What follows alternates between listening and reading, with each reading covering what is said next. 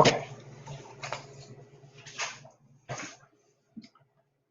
All right, so we're at the point where we've come to the realization that concentration just isn't going to work for us under anything other than the simplest case.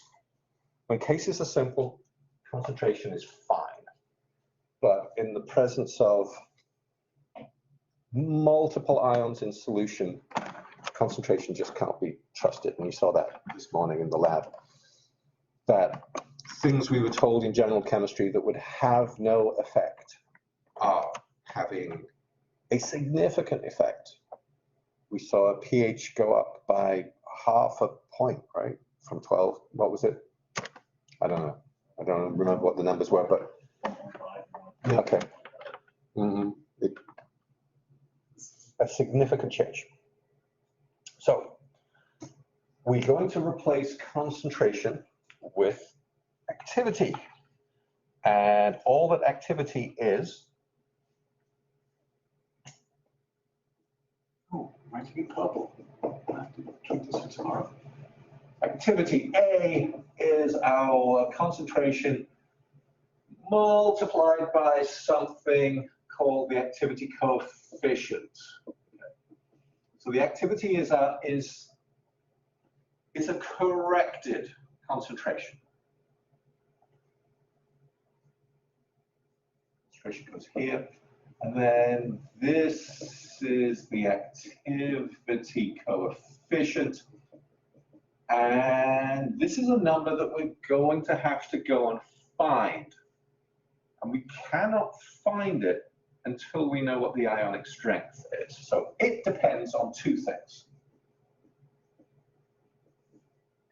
It depends on you, the ionic strength, and it also depends on what the ions are.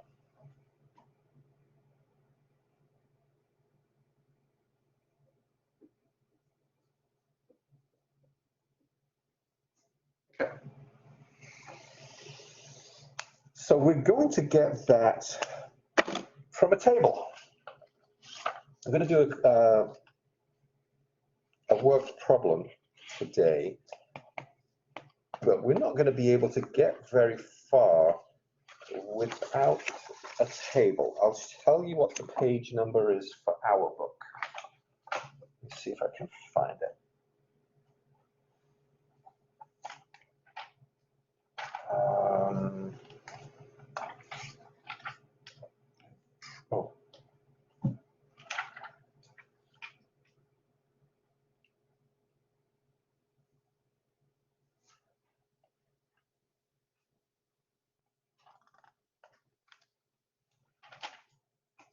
Just go look in the book, the appendix. So I'm looking for a table of activity coefficients. I've got one, but it's from a different book. Activities, page 164, effect on buffers, 209, equilibrium constant, 164, pH color. So let's look at 164. That seems to be a number that keeps coming up. Oh, there it is, it's on page 166. So page 166 in our textbook is kind of a complicated table. It has vertical columns, and those vertical columns tell us what the ionic strength is. So we can't get anywhere until we've calculated what the ionic strength of our solution is. And then it lists the ions into families. And so you're going to have to find, and there's not a clear order some of the time between some of these. You have to find where you are. Some of them are clearly a family, like there's a lot of 2+ ions, metal ions right here. But then there's some other complicated stuff in there as well. and then read across and find whether this value meets the ionic strength. And that's the value of the coefficient that we're going to use. There will be times when, so this table has ionic strengths of 0.001, and then the next column is 0.005. That's 5 times stronger. For H+, the difference in your activity coefficient is from 0.967 to 0.933. So it might be appropriate for you to interpolate between those numbers to figure out if this is linear, where on that line should I be? If I wanted to do this at 0.00025, I want to be halfway between. Actually, that isn't halfway. It's less than halfway.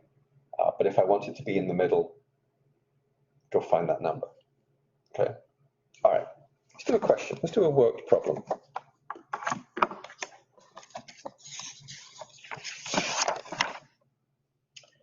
I have a question, and it says, find the relative error introduced by neglecting activities when calculating the solubility of barium iodate in a 0.033 molar solution of magnesium iodate. There you go. The thermodynamic solubility product for barium iodate is 1.57 times 10 to the negative 9. Okay, so we have a couple of things going on.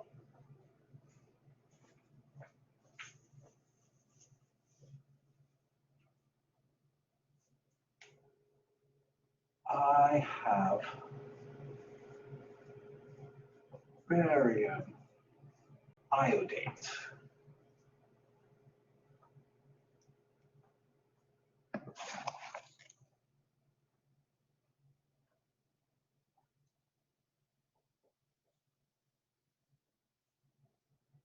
Lots of barium salts have some difficulty in terms of solubility. Here we go. So that's my equilibrium.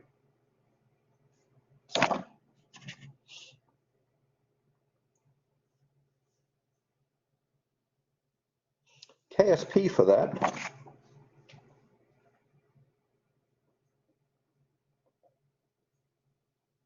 is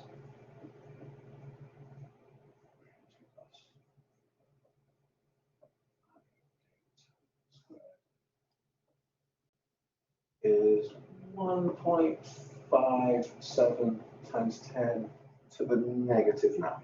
Okay.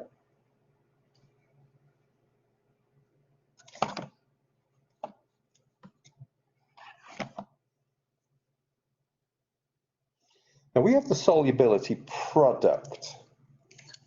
From that, we can calculate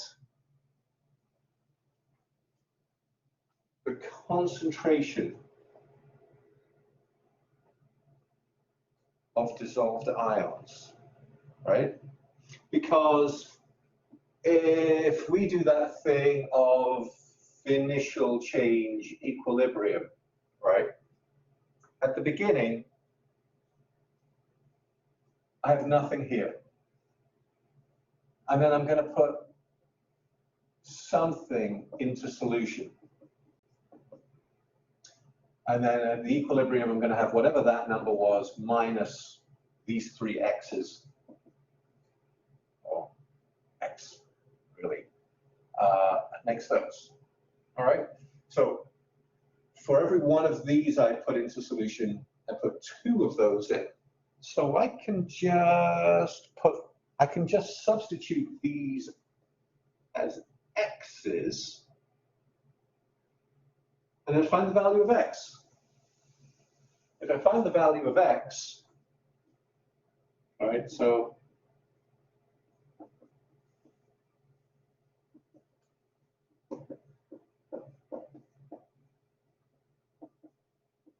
x gets to be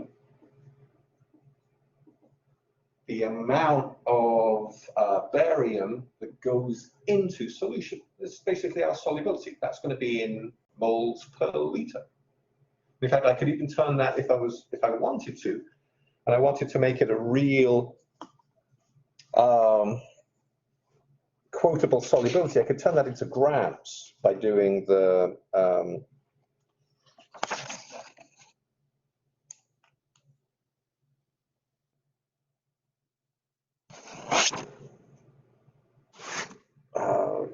mass, moles is mass divided by formula mass, okay?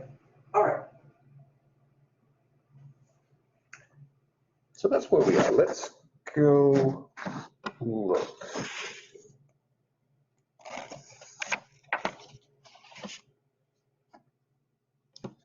What's my line number?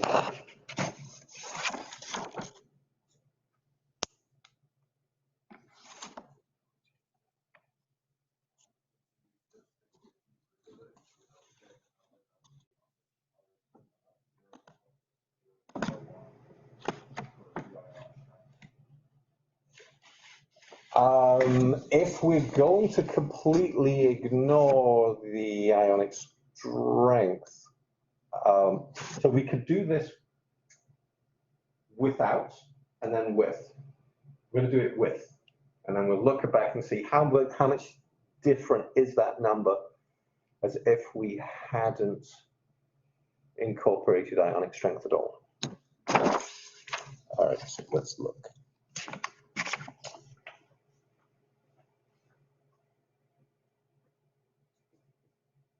Our question tells us that we're going to look at that solubility equilibrium in the presence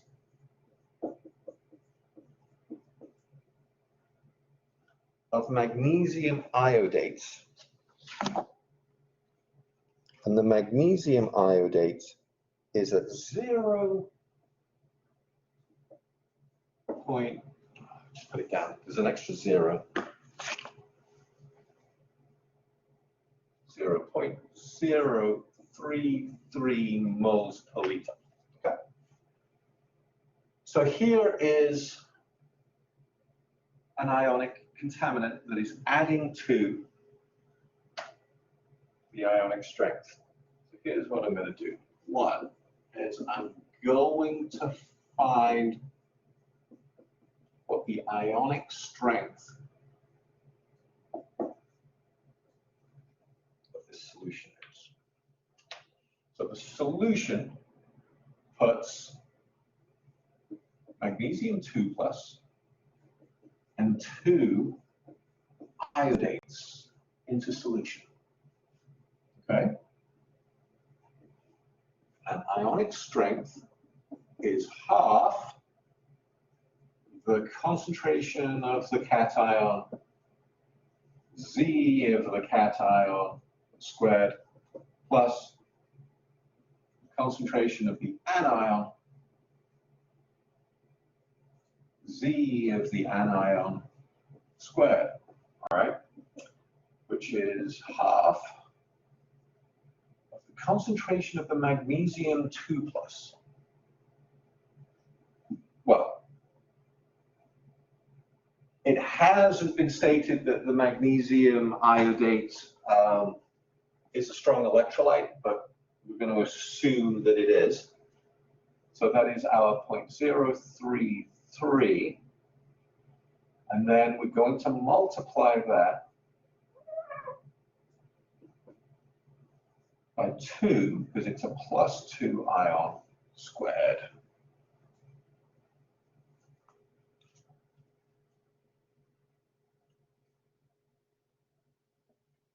All right, for the concentration of the anion, this is the ionic strength. I'm going to be particular so that when you read this back, you'll know what it is. This is the ionic strength of the magnesium iodate solution that the barium iodate is in equilibrium in, and we're going to find out what its solubility is and how it has changed. Okay. Concentration of the anion, what's that number?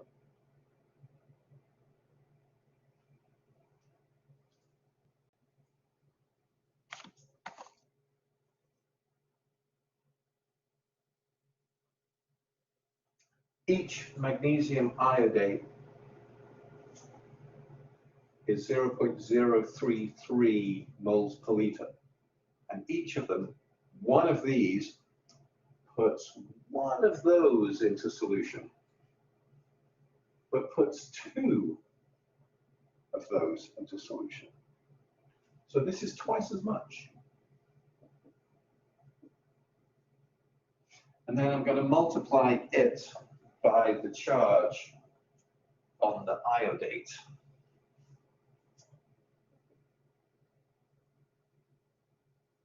Which is a 1. It's a 1 minus. So reading this back, you can say, I don't know where that 2 came from. That's the +2 charge on the magnesium. This is the -1 charge on the iodate. Okay. So mu is a number. What is the number?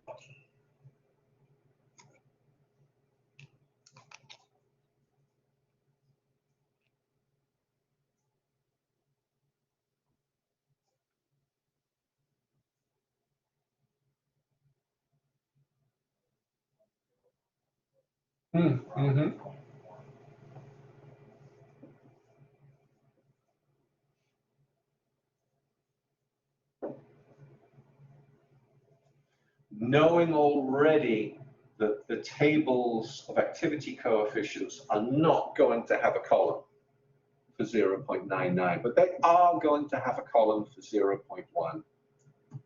This is going to be fine for me, okay? So this is the value that we're going to use for the activity coefficient table. Okay.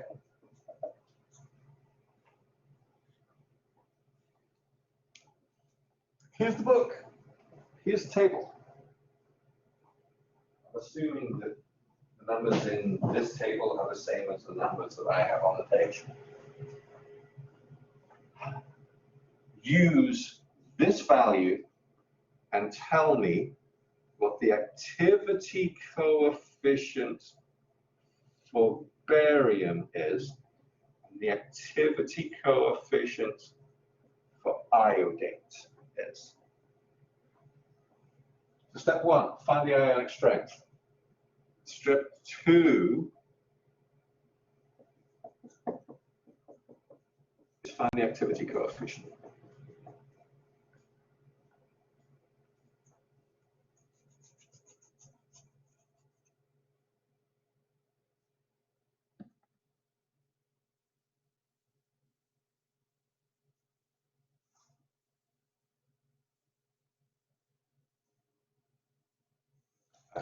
Assuming iodate will be on that table.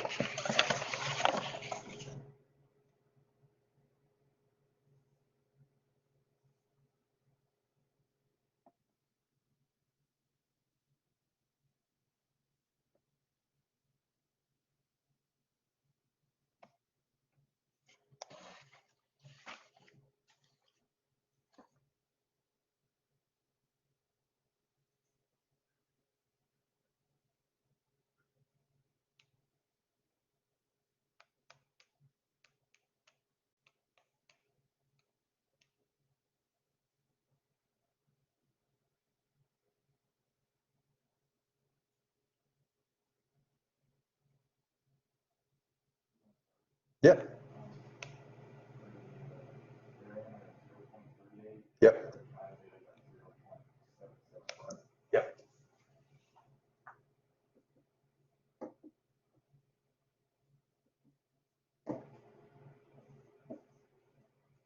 Okay. We have found activity coefficients. Let's go use them. Okay, so I just erased off the board what the initial, we'll come back to that. We'll come back to that. This is what we had been told to believe up to this point, that the KSB was this concentration times that concentration, which was equal to this number. But that's not true. It's not true. KSP is actually equal to the activity of the barium times the activity of the iodate squared.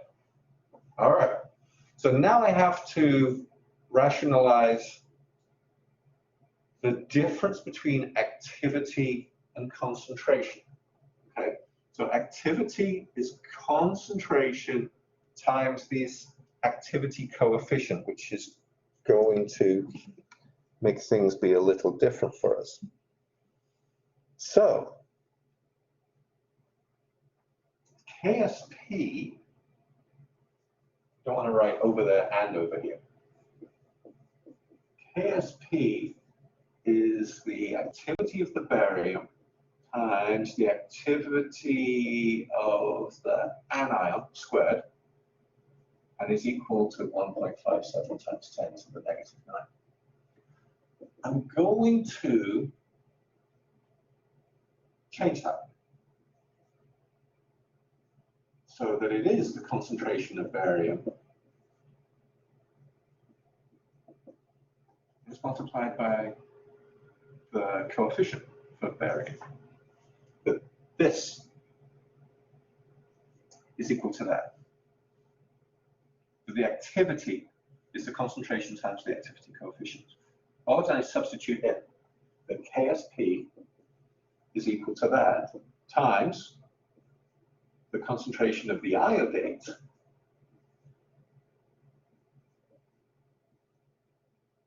times that.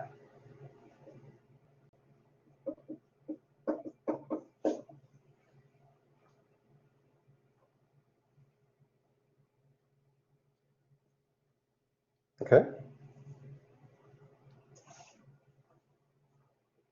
So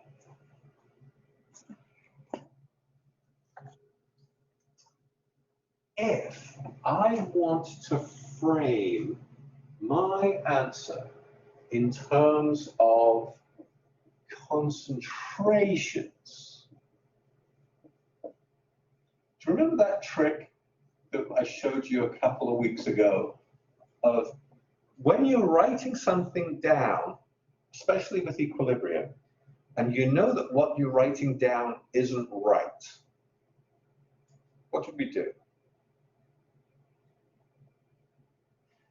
We're writing something down and it isn't finished, and I don't want the reader to think that I think that that's the correct answer, because this is the way that I've been told to do it, but it isn't the correct answer.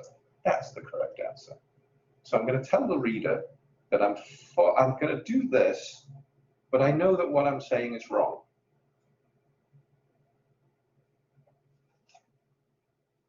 Put a little prime there. That prime now tells the reader, oh, this guy's a little bit smarter than I gave him credit for. The person that wrote this knows that they're framing the KSP in terms of concentration, but they know that it's really supposed to be an activity. Okay? All right. So look at what I've got, and let's figure what the relationship between these two is. Yes. I don't know that it makes any difference. So yeah, it's fine. I think it's fine.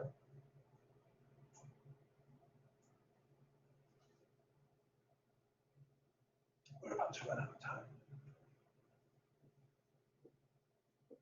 If I want to find this value,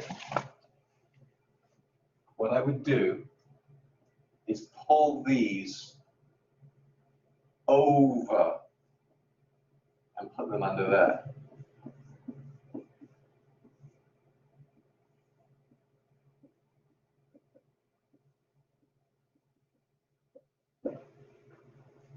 I thought we were going to finish this today, but we're not.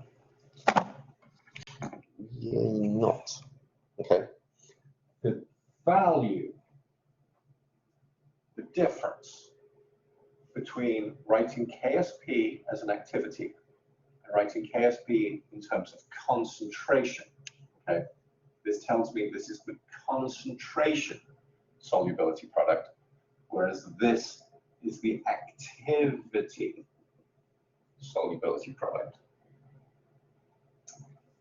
All I've done is I've taken these two terms and moved them across the equal sign. They have ceased becoming numerators and have become denominators.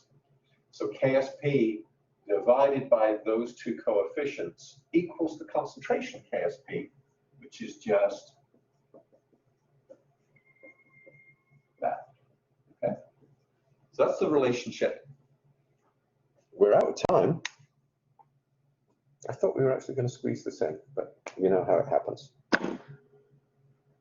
Tuesday, we'll throw the numbers in the slots where they go, okay? And we're going to throw the numbers in the slots where they go, and we're going to find the right value and the wrong value and see how much they differed from one another.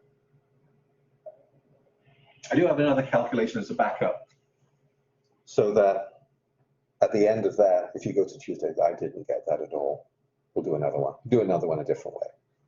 Okay. All right. I got a couple of little things to throw at you. Keep an eye on that, but I do have other things to do ahead of that.